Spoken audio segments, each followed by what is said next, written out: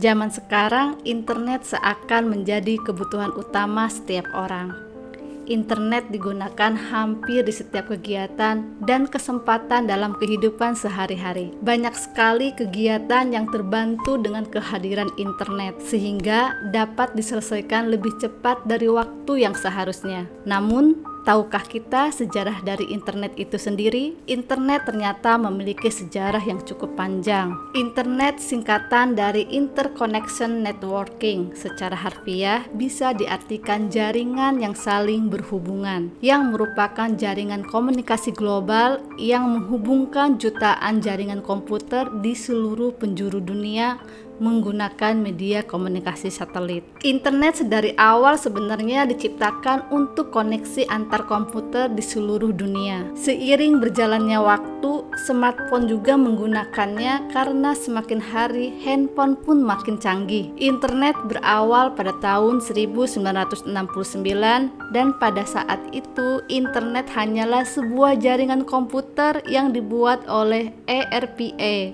ERPA merupakan bagian dari Departemen Pertahanan Amerika Serikat. Proyek tersebut diberi nama ARPANET, yakni singkatan dari Advanced Research Project Agency Network. Proyek tersebut mendapatkan hasil temuan tentang bagaimana perangkat lunak atau software komputer yang berbasis Unix dapat berpadu padan dengan perangkat keras atau hardware, sehingga para pengembangnya mulai menyadari bahwa hal tersebut dapat membantu manusia untuk berkomunikasi jarak jauh melalui komputer atau telepon. Pada awalnya, internet hanya akan digunakan untuk kepentingan militer saja. Kemudian pada tahun 1986, sistem nama domain mulai diperkenalkan kepada masyarakat, atau yang saat ini kita kenal dengan istilah DNS alias Domain Name System. DNS ini berfungsi untuk menyamakan sistem pemberian nama alamat yang ada pada jaringan komputer. Hingga pada tahun 2000-an, internet semakin berkembang dengan sangat pesat.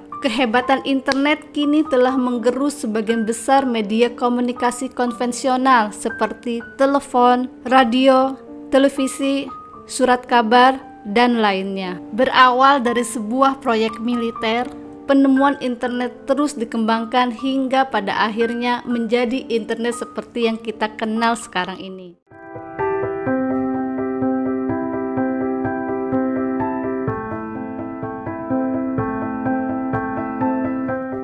Seiring hadirnya ponsel di industri elektronik, membuat aksesoris pendukungnya pun mau tidak mau harus dihadirkan juga. Di antara banyaknya aksesoris pendukung HP, kita mungkin sudah sering dengar yang namanya pulsa dan kuota atau data internet. Tidak lengkap rasanya mempunyai ponsel namun tidak didukung oleh kedua variabel tersebut. Walaupun kita sering mendengar dan membicarakan pulsa dan kuota dengan orang lain, namun apakah kita benar-benar mengetahui apa yang dimaksud dengan pulsa dan kuota itu? Bahkan terkadang kita pun dibuat penasaran, sebenarnya pulsa dan kuota terbuat dari apa? Nah, untuk menjawab semua pertanyaan tersebut, yuk kita ikuti videonya sampai selesai.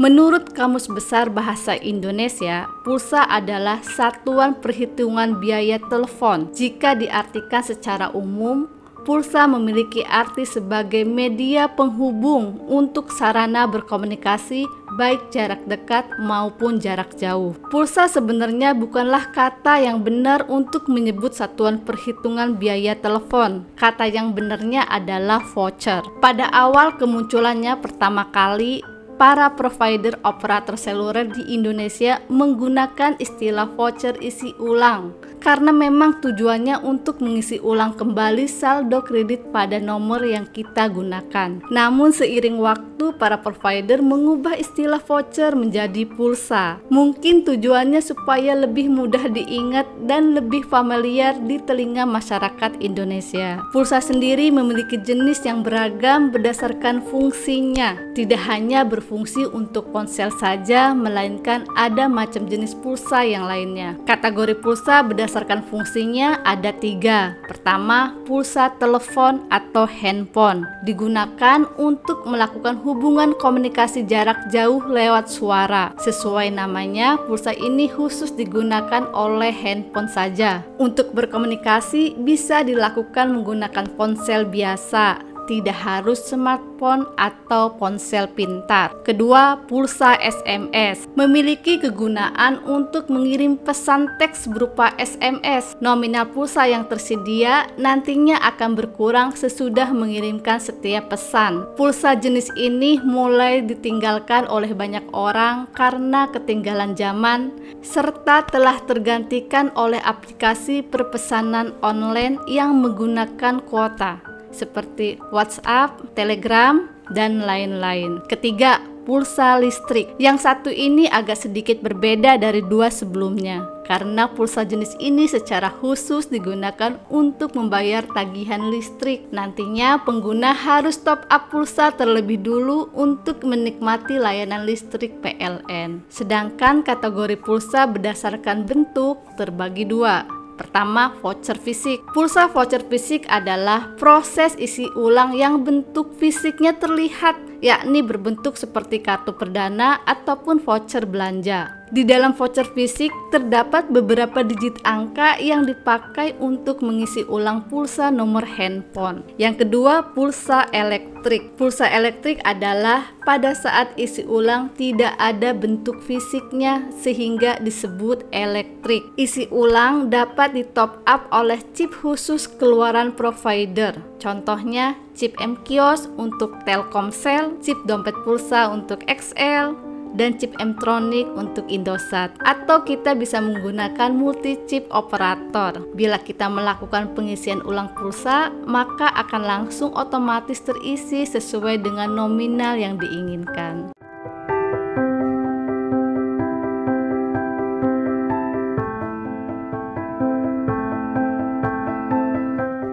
Seiring berkembangnya zaman, sekarang tidak hanya pulsa melainkan ada pula yang namanya kuota. Kuota internet memiliki arti batasan pemakaian internet pada waktu tertentu. Kuota ini memiliki berbagai macam varian yang disesuaikan dengan nominal paket dan harga. Varian-varian kuota internet yang biasanya disediakan oleh provider diantaranya kuota utama, kuota reguler, kuota malam, kuota aplikasi, kuota bonus, dan masih banyak lagi. Bahkan sekarang kuota ada yang sifatnya unlimited alias tak terbatas. Pengguna bisa bebas memakainya tanpa harus mengkhawatirkan sisa kuota yang tersedia. Jika kita bertanya paket data internet ini terbuat dari apa, maka sebenarnya kuota tidak berwujud, melainkan hanya sebagai sistem pembayaran elektronik. Sama halnya seperti uang elektronik Bitcoin yang tidak memiliki bentuk fisik tetapi memiliki nilai atau nominal. Jadi kesimpulannya,